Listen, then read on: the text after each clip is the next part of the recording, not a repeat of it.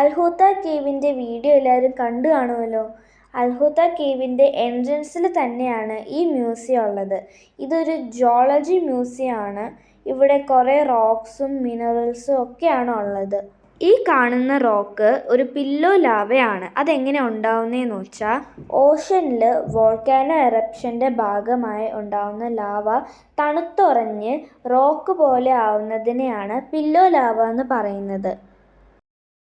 സ്റ്റാലക്ടൈൽസും സ്റ്റാലഗ്മൈറ്റ്സും എങ്ങനെ ഉണ്ടായെന്നും ഒമാൻ്റെ കാലാവസ്ഥയും ജിയോളജിയും ഇവിടെ വ്യക്തമായി കാണിച്ചിട്ടുണ്ട്. ഇവിടെ ഒരു ചെറിയ അക്വേറിയം ഉണ്ട്. അതിൽ ബ്ലൈൻഡ് ഫിഷിനെ കാണാൻ പറ്റും.